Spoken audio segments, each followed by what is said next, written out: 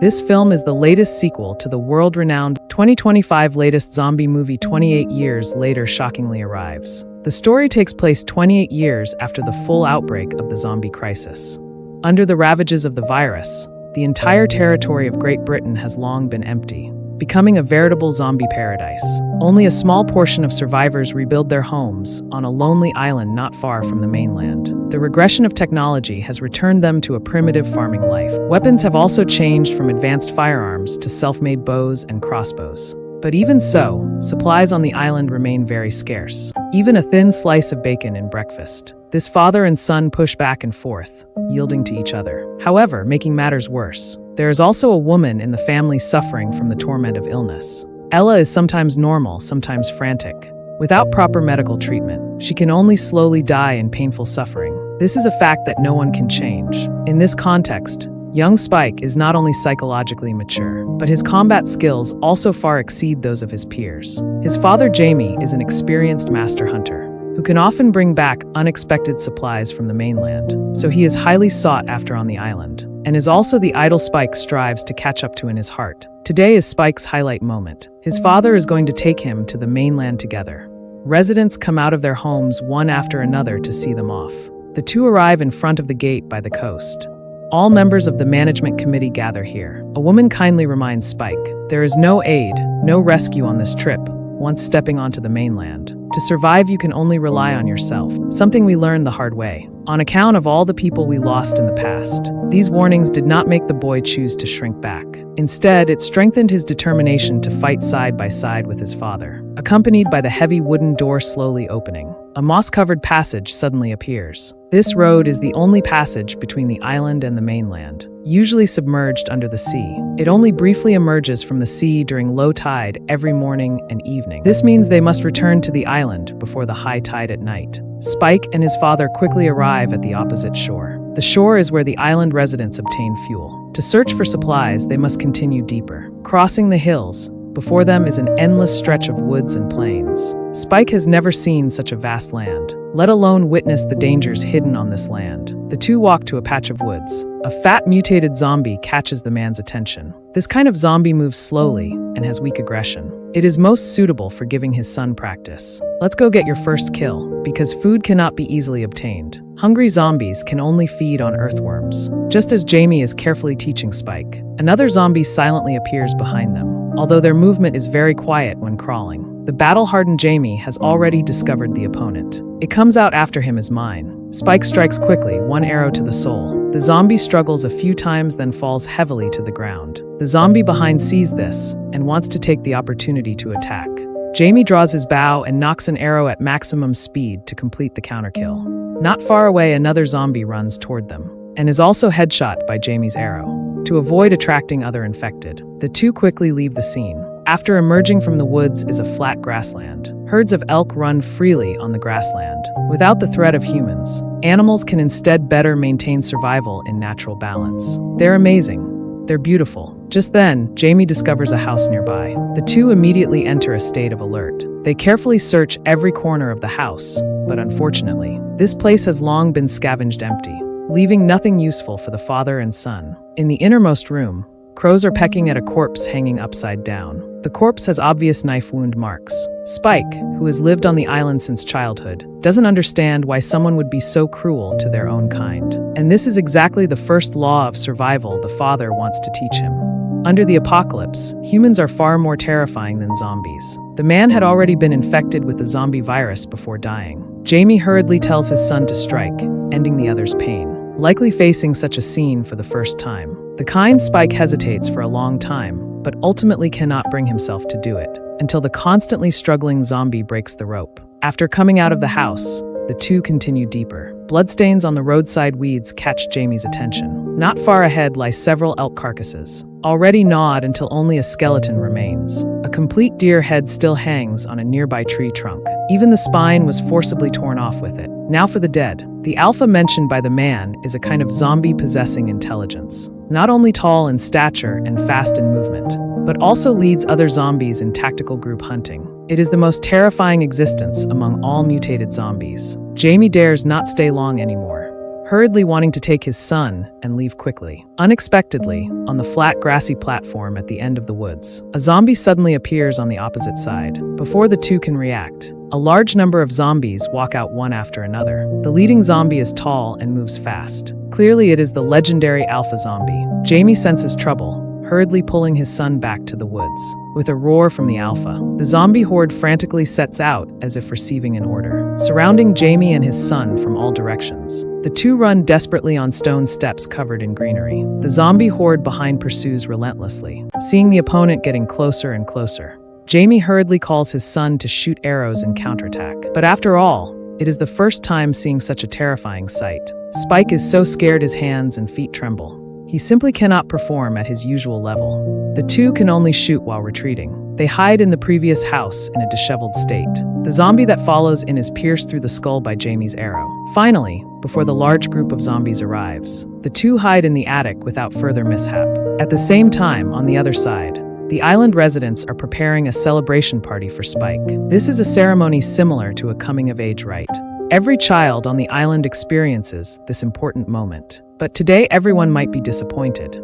At this time, the zombie horde downstairs has retreated. Only the Alpha Zombie still stubbornly persists. It is waiting for a chance when humans make a mistake. And Jamie and Spike are also waiting. They no longer have weapons to deal with the zombies, waiting for a chance to escape. The two have already missed the low tide to return to the island, forced to stay overnight here and wait for dawn. Soon night falls. Spike sees a glimmer of firelight at the end of his vision, which means there are still humans existing on this mainland. Jamie has never ventured that far either, so he doesn't know what is there. Unknowingly reaching late night, zombies once again launch a group hunt on animals. Elk are startled and migrate collectively. Thousands of them whistle past close to the house. The house abandoned for years is overwhelmed and begins to collapse. Spike is dragged outside by his father in a daze. The huge noise will definitely attract nearby zombies. The two dare not have the slightest hesitation, immediately setting off to run toward the coast. At this time, it is just beginning to get light, although the seawater has not completely receded. But the passage on the sea is already faintly visible. The two trudge through knee-deep seawater with heads down, completely failing to notice the Alpha Zombie behind has been spying for a long time, until swarms of bats cross overhead like a black cloud. Only then does Jamie realize something is wrong. The Alpha behind is like an unbridled wild horse, running through the waves. Seeing the distance between them getting shorter and shorter, Jamie blows the whistle in his hand, waking the gate guards. Hearing the sound, the crowd hurriedly turns on searchlights, firing frantically at the Alpha behind. However, ordinary arrows can hardly harm it at all, but the specific weapons do not stop there. The next second, a burning spear instantly pierces through the Alpha Zombie. Jamie and his son finally escape the ordeal without further mishap. The next night, everyone still holds a grand party for the two's triumphant return. Jamie boasts about their process of hunting zombies with great flourish, packaging his son as a hero who remained calm in danger. Spike doesn't understand his father's behavior, but doesn't expose it either. Perhaps everyone longs to have an invincible hero, to dispel the fear and despair in their hearts. Or perhaps they need a reason for revelry, using alcohol to numb their fragile inner hearts. Spike wanders outside in a daze, but accidentally bumps into his father being intimate with a woman. The image of greatness in his heart collapses instantly. Spike runs back home lost and dejected. Guarding by his mother's side is Sam from the management committee. The old man asks him how he felt going to the mainland for the first time. Spike tells him the whole story of what happened truthfully, and specifically mentions that eerie firelight in the night. I wonder if you saw old Garrison. Didn't imagine he was still alive. The Garrison mentioned by the old man was once a doctor when young, with high medical skills but a strange personality. After the zombie virus broke out, everyone thought he was dead. But later, when going to the mainland to collect supplies, many people had seen his figure. After learning this news, Spike can no longer remain calm. He now only wants to find the other person as soon as possible to cure his mother's illness. The next day, the boy finds his father to verify this matter. Unexpectedly, the father says the other person is a madman. It turns out Jamie had also seen that man with his own eyes. At that time, he and his companions were searching for supplies, suddenly discovering hundreds of corpses placed neatly on the grass. Garrison, for some unknown reason, was burning the corpses one by one. Since then, for over 10 years, no one dared to set foot in that area again. These words sound completely unconvincing to Spike. Garrison is the only person who can save his mother. The father chose to hide this fact, merely to get rid of the mother as soon as possible. Hearing his son mention his infidelity, Jamie raises his hand and delivers a slap. This slap completely shatters the hesitation in the boy's heart. A bold idea arises spontaneously. A few days later, during the low tide period, Spike secretly sets the barn on fire, using this to lure away the guards at the gate. "Come on, Mom, let's go." While everyone rushes to put out the fire, Spike leads his mother to escape the island, until seeing the mainland that stretches beyond the horizon. The woman, feeling something is wrong, finally wakes up. Looking at his terrified mother, Spike hurriedly tells the story about the doctor. Ella gradually regains her calm, following her son's footsteps, walking further and further toward the direction of that bonfire, until she can no longer move her feet. The two decide to stop and rest for the night. They hide in an abandoned church. Spike tells his mother to rest while he keeps watch. Unexpectedly, he still falls into a deep sleep midway due to exhaustion, completely failing to notice the slowly approaching zombie. Perhaps this is a mother's natural alertness. Ella kills the zombie with her own hands, but forgets everything when waking up the next day. The two pack up simply and continue their journey, walking to a field of rapeseed flowers. The woman suddenly remembers things from her childhood. All kinds of beautiful memories make her stop her progress. Just then, a zombie suddenly pops out from behind. The boy hurriedly draws his bow and knocks an arrow. Unexpectedly, the noise made attracts even more zombies. Spike can only pull his mother and run for their lives frantically.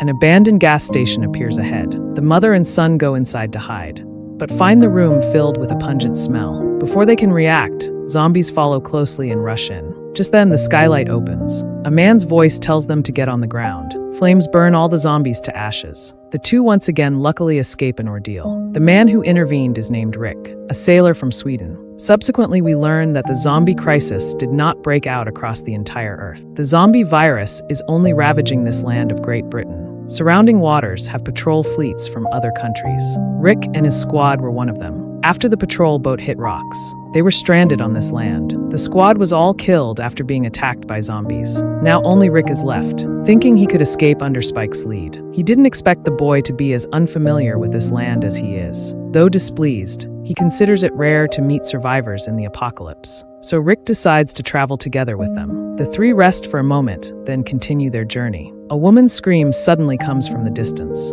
Ella, walking in front, suddenly quickens her pace. Several abandoned train carriages appear ahead. The woman walks into one. It turns out to be a pregnant female zombie giving birth. Maternal radiance temporarily suppresses her bloodthirsty nature. She does not launch an attack on the group. Finally, with Ella's help, the other party successfully gives birth to a baby. And it looks like a normal human. You're all insane. The baby could mutate at any time. Rick wants to deal with it on the spot. Unexpectedly, he faces obstruction from Spike and his mother. Just as the two sides are at a standoff, the alpha zombie has already arrived overhead, dragging Rick out of the carriage with one pull. When the alpha appears, he is holding Rick's head in his hand. Just like the elk scene before, the dead female zombie should be his wife. The alpha now only wants to take back his child. Spike's bow and arrow lethality is too low, simply unable to block the other's rushing footsteps. Seeing it about to pounce in front, Dr. Garrison, appearing in time, saves the two's lives. The anesthetic he formulated has a good sedative effect on zombies. After learning the man's identity, Spike hurriedly states his purpose for coming. The doctor takes the two to a riverside. The opposite bank is his hiding place, a death castle built from white bones. In the middle is a tower reaching the sky built from skulls. They are all victims of this disaster. The doctor wants to use this special way to remember this human catastrophe. Subsequently, the doctor puts Rick's head into a container. After processing in the fire, soon there is another clean skull. After finishing everything, Spike finally remembers the purpose of coming here. After a detailed examination, the situation is not optimistic. Ella has a malignant tumor in her brain, which has now become cancerous and spread to the whole body. Even in the present with advanced medicine, it is an unsolvable problem, let alone in the current situation. The woman does not show the expected shock. It seems she knows her physical condition perfectly well. She just doesn't know how to tell her son this tragic news. Spike cannot accept this cruel reality. He cannot believe he found the doctor with great hardship, only to be met with such bad news. Seeing this, Ella hurriedly pulls her collapsing son into her arms, then gives the man on the side a look. The boy faints without any warning in his mother's arms. Although Ella is extremely reluctant, she still makes up her mind to let the doctor help her find release. Letting go in time is the greatest protection for her son. Waking up the next morning, the woman had already become a white skull in the man's hands. The grief-stricken Spike struggled to climb the high tower, personally placing his mother at the top of this sacred temple. Soon, the alpha zombies followed the scent of the living to track them here. The iodine applied to the doctor's body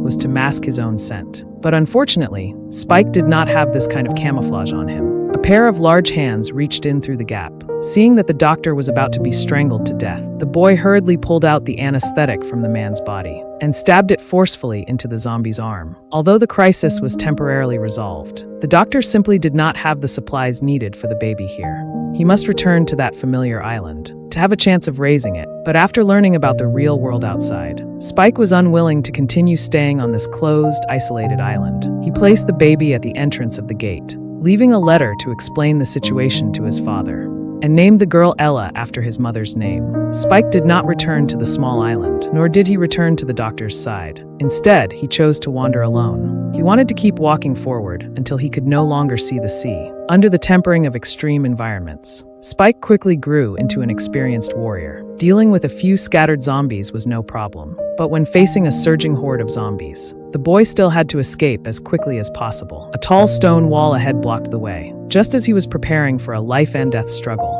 several strangely dressed young people suddenly appeared from behind the wall, neatly and efficiently dealing with the zombies chasing from behind. Judging from their unrestrained fighting scenes, the next sequel is very likely to lean towards the humorous and wacky style of Zombieland. The above is the entire content of the latest zombie movie, 28 years later. I will still put the original film in the old place for everyone to enjoy themselves. Friends who like it,